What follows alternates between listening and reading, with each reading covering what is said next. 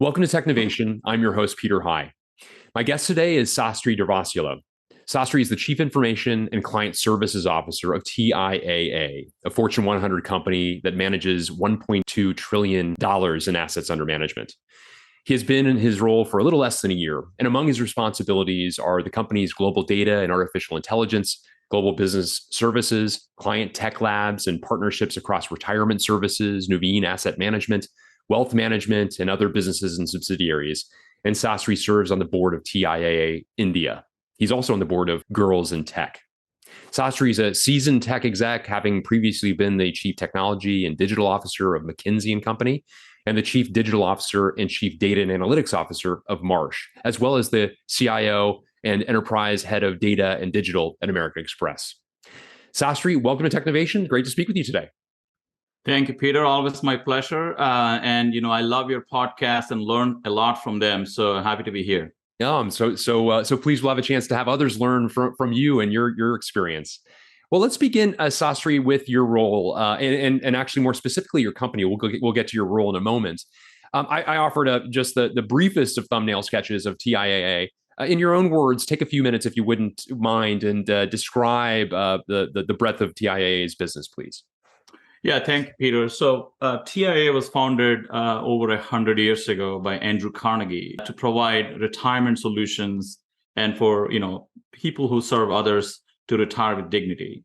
So our main focus is providing lifetime income for everyone with investments that make the world better. So that has been the motto of the firm, and it's the Fortune 100, as you mentioned. And at the highest level, our primary businesses are the retirement services, which we provide in higher ed, in healthcare and nonprofit and other sectors. We're also trying to get active in the institutional side of the house. Global asset management, which, as you mentioned, we have a large portfolio of AUM, $1.2 trillion plus assets under management. We also have a wealth management business and a number of adjacent businesses, that make our goal of providing lifetime income for all happen. So we're a big believer in investing to make the world better. So we have been a pioneer institution in that space, be it ESG or some of the alternatives, to make the world better. So that's been the focus of the firm, and also very diverse and inclusive employer, with a number of industry recognitions. So that's TIAA in a nutshell. That's fantastic. Thank you for that overview. I mentioned in the intro, you're the Chief Information and Client Services Officer, and an unusual combination of responsibilities suggested by that title. Take a moment and talk about the two sides of it, if you would, and expand on your purview a little bit. Yeah, so the Chief Information Officer side is, pretty classic role. So I lead global technology for all the businesses. So that includes the individual unit CIOs for the various businesses that I just talked about, as well as the enterprise technology shared services, be it information security, data and artificial intelligence, analytics, etc. Partnerships that we are forging with a number of institutions and strategy and architecture. So that's the classic CIO role globally. And then on the client services side, I have all the front office, middle office, back office functions of the firm that serve the clients. So all the way from our national contact centers that take the calls from our participants or plan sponsors as they call us, to a number of functions in the middle and back office, like fraud management and fraud operations, or risk centric operations, and money movement in the back end, et cetera. So it's actually pretty unique in the sense that, I get to build solutions on the technology side that are used by my colleagues on the other side of my organization, that serve the client. So you can really see what we are building here coming to the point of contact with our clients, as they call. Just at a very high level, our client base includes plan sponsors, which are the big institutions that we work with, whether it's higher ed or healthcare, et cetera, nonprofits. It includes participants that are the employees of these institutions. Then we also work with plan consultants that are the advisors for these plan sponsors that devise these programs. So those are like the three primary, clients that I serve through my organization from a retirement perspective. Obviously, from an asset management, we have different set of clients that we serve on the client services side. Yeah. Well, it's interesting that you highlight the different levels of clients that you have, Sastry. No doubt there are different facets to what you deliver for them based upon how they define value. And of course, there's a symbiosis across those different layers of clients, one serving the other and so forth. But I wonder how you think a little bit about that as what you're delivering with them, how you collaborate with them to elicit from them their needs, their pain points, et cetera, that you might address. Talk a bit about that process, if you would. Yeah, it's a great framing, right? Because you have basically the B2B side, which is our primary business, which is plan sponsors, our institutions on the asset management side. Then we have B2B2C, where we are actually dealing with the participants.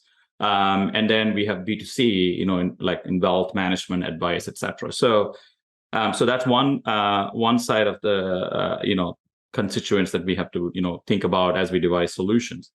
The other side is generations. We have, folks who are accumulating for retirement income. So they're on the accumulating phase. Then we also have generations of participants that are decumulating, so that they have retired and, they are actually now working on the lifetime income and availing the lifetime income. And it's multiple generations. So, and as we know, the technology has changed a lot in the last few decades, and it will change a lot more in the next few decades. So how do you devise solutions that are appealing to the younger generation that is embarking on the retirement journey and the generation that is actually availing retirement, income, and then forecast for the future as the younger generation becomes the future retirees. And the fintech ecosystem is also changing quite a bit. So there are two primary genres of fintech in this ecosystem: retire tech, which is where we're focused on like building those solutions for the retirement accumulation, and then silver tech, where people are focused on decumulating. So I think if you think about it, different generations, different constituents, and also comes with a 100-year-old company, different processes and contracts that were forged over time. So a lot of complexity, a lot of technical debt, a lot of data debt, a lot of experiential debt one has to deal with while we're envisioning the future. So that's what makes it really interesting. So my organization's, the mission statement for my organization is power the business strategic shifts, fuel the innovation while transforming the core. So the transforming the core is as important and complex as fueling innovation and powering some of these strategic shifts of providing lifetime income, delighting our clients, and strengthening how we operate. And the core, fixing the core being a foundational element to ensure that you can innovate, right? Without doing that, then you will by definition be limited in terms of what you might do on the innovation side. I like the way you frame that. Yeah. Yeah, very interesting. And I wondered, how is your team organized, if you don't mind my asking, Sastry? You mentioned the two sides of your sets of responsibilities. Are there other members of your team like yourself who operate on both sides? Are they fairly discrete, distinct teams under you? How is that organized?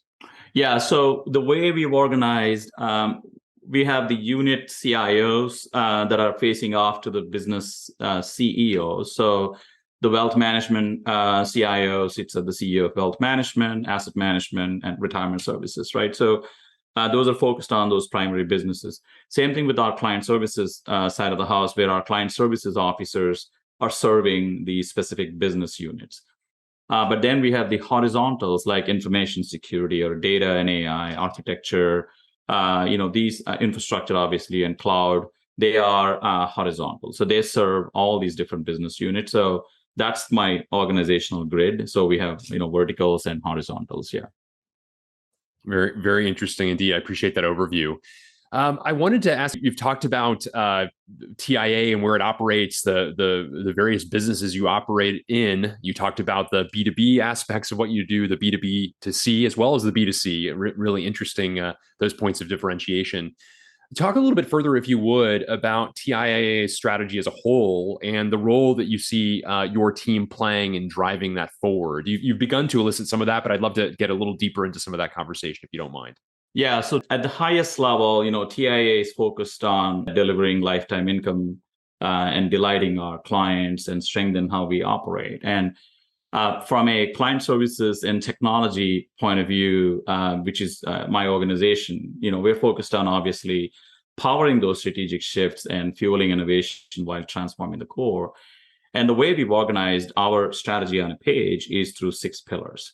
So the first pillar is client-obsessed products and services, both on the technology side as well as on my client services side of the house. And this is to provide, whether it's 403B solutions and products in the higher ed and healthcare markets, or on the 401k side that we are getting very active on from a retirement perspective, as well as, wealth management and asset management and so forth. So I think that's where, we're focused on building those next generation products and services.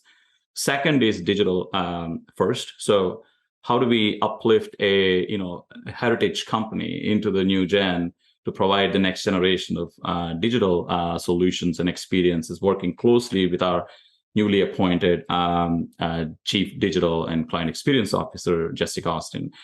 And then powering the enterprise through an integrated data and AI strategy. So I recently hired a Chief Data and AI Officer who's focused on that, to build the next generation of the data foundation and providing AI solutions to create those experiences for our plan sponsors and participants. And then building the talent and culture that we need to operate effectively, in this space for all the different constituents I mentioned earlier, and strengthen how we operate. We also want to do this with a best of breed ecosystem. So that operates on a build by partner model. So we definitely want to build for differentiation, but we also want to buy and partner for parity. While I do that, obviously I have to uplift the technology ecosystem, which is a big job for our teams. We have to uplift our data ecosystem. We have to be secure by design, with the emergence of a number of cyber threats. So that's the focus and strategy for my organization when it comes to powering the strategic shifts we have at TIAA.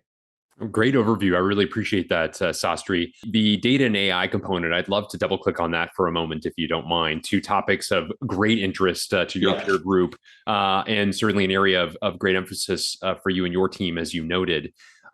Talk a bit about, and you just mentioned the fact that you're building out your data ecosystem, that this is something that is no single company can accomplish alone, but bringing in great partners who can help fill in gaps where those might be for the reasons that you described. I'd be interested in your perspectives on the development of your data strategy, and as a consequence, the means by which you're leveraging artificial intelligence for value today.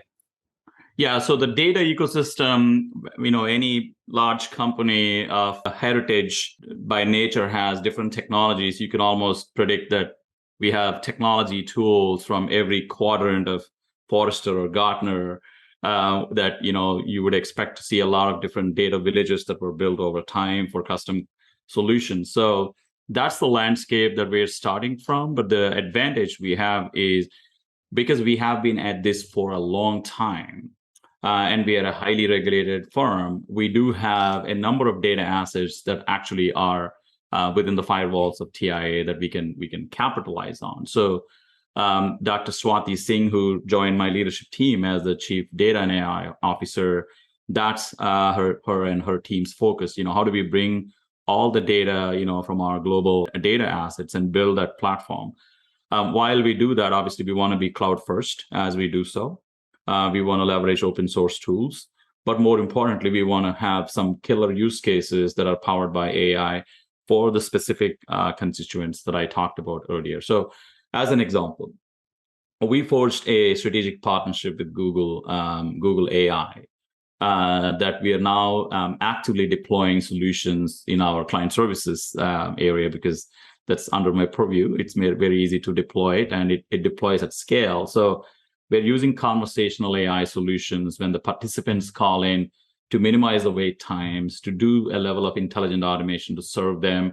Because a lot of them that call us, even if we prompt the participants to go to the web or mobile app, they just want to they want to do it on the phone because they're comfortable doing it on the phone. So how do you create a level of solutions that enable that for them, but with less friction?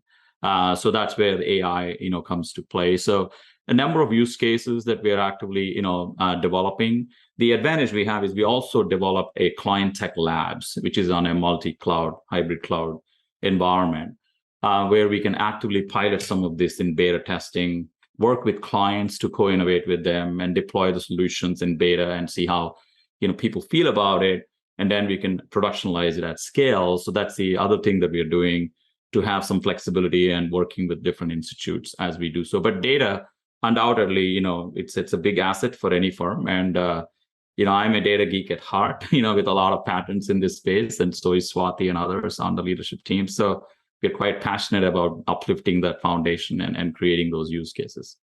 And part of uplifting a foundation is building a great team. And I know you've thought creatively about partnerships to develop in order to identify qualified people to join the IT team, as well as give them opportunities for further training and advancement. Talk a bit about some of the creative partnerships you've developed with universities and other institutions to help in that way.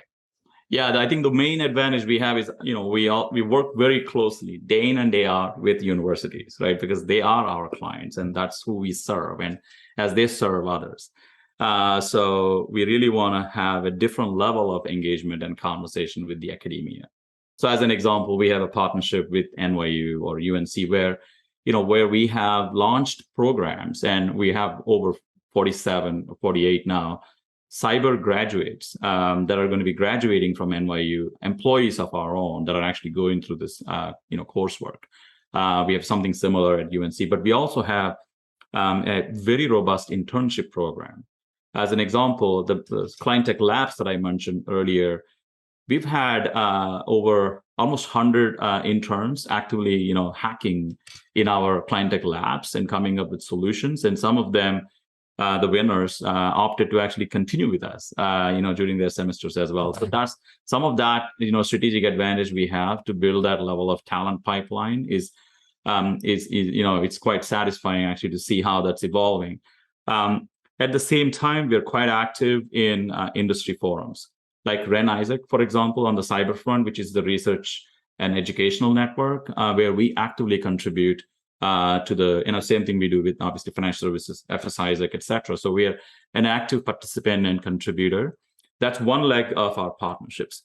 The second leg is really taking a diverse and inclusive workforce, and how do we partner in that space. So I have a leader on my leadership team who's focused on forging these technology partnerships, Taisha Smith.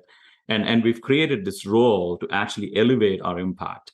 As an example, we have partnerships with Blacks in Tech. We have partnerships with Afrotech. We have partnerships with Society of Hispanic Professional Engineers, Society of Women Engineers, Girls in Tech, and the list goes on. And because we really want to create those pipelines of partnership where we can give opportunities, where we can train the next generation. As an example, at the most recent Blacks in Tech conference, BitCon 22, our team went and did an AI workshop.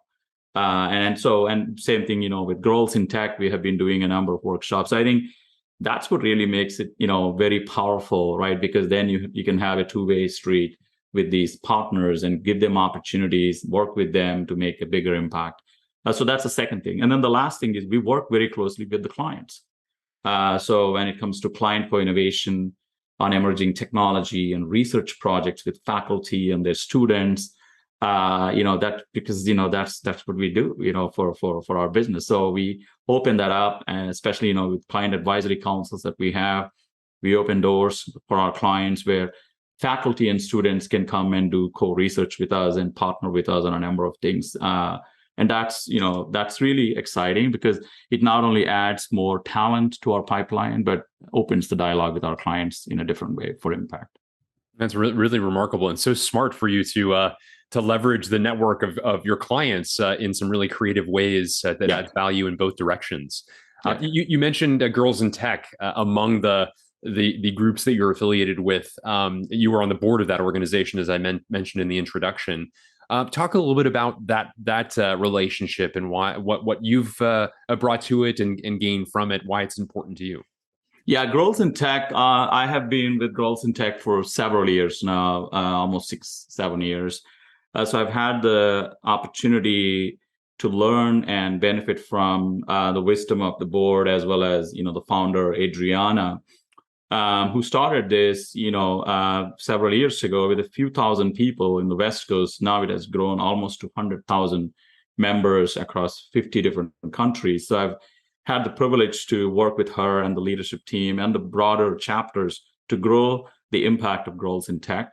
So a lot of focus on empowerment, a lot of focus on creating learning and career opportunities, a lot of focus on communication and networking, a lot of focus on mentoring. So I do a lot of these activities.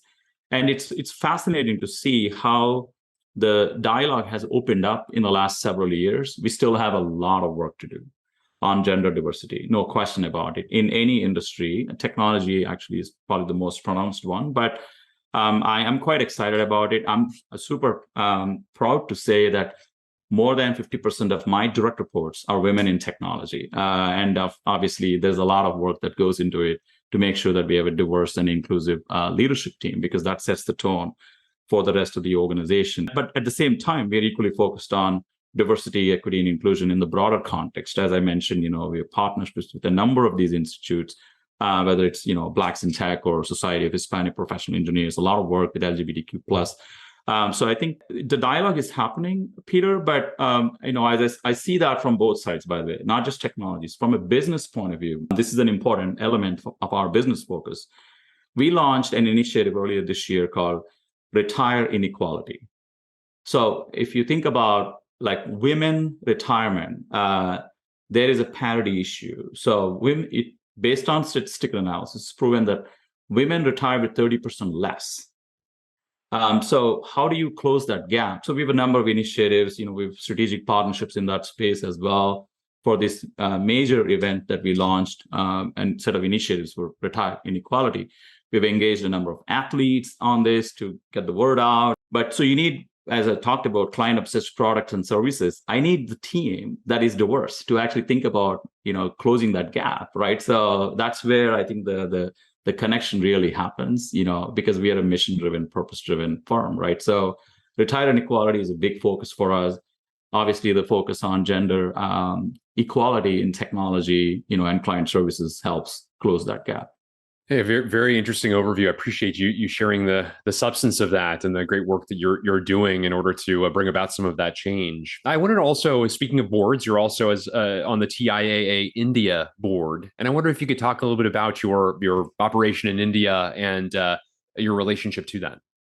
Yeah, so TIAA Global Business Services is primarily based in India. So we have a CEO, which is Ondrala Majumdar, and she just got appointed. She's actually part of my leadership team, and it's a business. Global Business Services is a global capability center for all of TIAA. So it provides capabilities and teams for not only technology and client services, but for risk, for people, for legal, for finance, for our core businesses across the various business units. So that entity, is obviously operating as a legal entity within India, and I'm on the board of that entity amongst others. And our focus is really to scale that entity to be the powerhouse from a global business services point of view for all of TIAA globally. Because especially on the asset management side, we are a very global institution, right? So on retirement, obviously, a lot of our focus is in the US, but we need augmentation with capabilities and technology capacity and client services capacity. So that's what our GBS teams do. That makes sense. We've talked across this conversation, Sastry, about a number of rising trends you're taking advantage of. I wonder if there are others, as you look to the future, that particularly excite you. What comes to mind as you reflect on that? Yeah, definitely. One leg of that is technology trends. I often quote this quote from Bill Gates, which is one of my favorite quotes. We always overestimate the change that's going to happen in the next 2 years and underestimate the change that's going to happen in the next 10 years. So as we look back now, 15 years ago, iPhone was released, and 20 years ago, BlackBerry phone was released, and look where we are, right? So the world has changed quite a bit. So I think, what's going to happen in the next 2 years, there's a lot of hype on a number of things, be it generative AI or metaverse or broader Web3 technologies, etc. that we could get carried away, or quantum computing. But I fundamentally believe that over time, they will become mainstream. So we may not see the immediate impact as is predicted in a number of these hype curve predictions. But I am fully convinced that 10 years from now, we will be talking about every one of those as mainstream topics. And we serve generations after generations from a retirement perspective. So we have probably the most long-range acumen from a business point of view, because our focus is to provide that retirement income to the participants, right? So as I said, in our client tech labs, we are focused on a number of these emerging technologies. Some of them are quite useful today, like applied AI, as I talked about, conversational AI. I'm a big believer in generative AI, so I do think that there's going to be more immediate use cases. But then will be engagement use cases, especially with the Gen Zs from a metaverse point of view, as things kind of emerge from there, or other applications, or risk management and fraud predictions in quantum, leveraging the power of quantum. So that's one. But I am also equally focused on ethics. So AI ethics is a big, obviously discussed area, and data ethics in general, as well as cyber. So the threat landscape is changing a lot. So with some of these new universes happening and opening up, the threat landscape changes even further. So that's one set of trends that I'm focused on, and my team is focused on. We are actively piloting. But then the other trend is talent. So we talked a little bit about talent, obviously, here, but I think the talent trend is an important one to observe, because that's changing in front of us, especially post-pandemic, in the new hybrid, new normal. There are new patterns that we are coming to see. And again, like the other examples I gave on the tech, 10 years from now, when we look back, we'll be like, oh, wow, 10 years ago, people used to work that way. They don't work that way anymore, right? So I think the talent trend is also an important one. And that takes me to the third one, which is culture. So how do you drive inclusion in this new world that we all live in?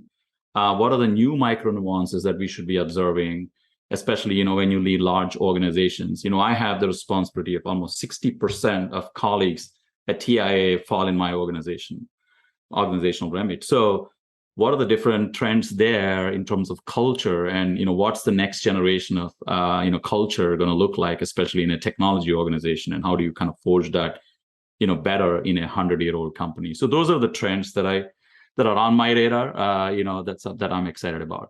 I love the overview, and I love your perspective on recognizing that long term, some of those things that one might be pessimistic about, the hype, may still come to pass. And so remaining in the game and testing these ideas, and ensuring that you at least are developing perspectives based upon some of that experimentation, it becomes so much more important.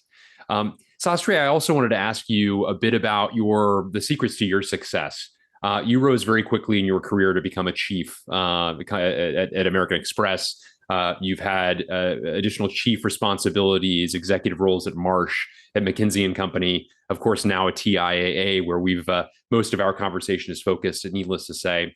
As you reflect on your rise to executive roles, what have been some of the difference makers along the way? And I like this question generally because of the possibility for some of our younger listeners who may have ambitions to walk in your footsteps, providing them some of the counsel as to the things they might do to emulate some of your success would be particularly interesting. No, thank you, Peter. I mean, I used to do this. I was a coder, and I still love to code as a passion. So obviously, my team won't let me put anything in production. Disclaimer.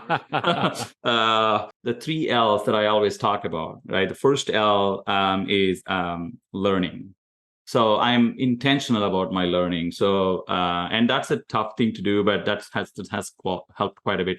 Being a lifelong learner is one thing, but being intentional about it. Every conversation I have, I try to apply, okay, what am I learning in this conversation as part of my learning objective? So that, and I talk a lot about intentional learning and the frameworks that actually obviously my former employer, McKinsey, came up with. So I'm quite serious about intentional learning. So that's one. The second thing that helps a lot for me, and that helped a lot that I talked about, is listening. And I think that's the most underrated leadership skill.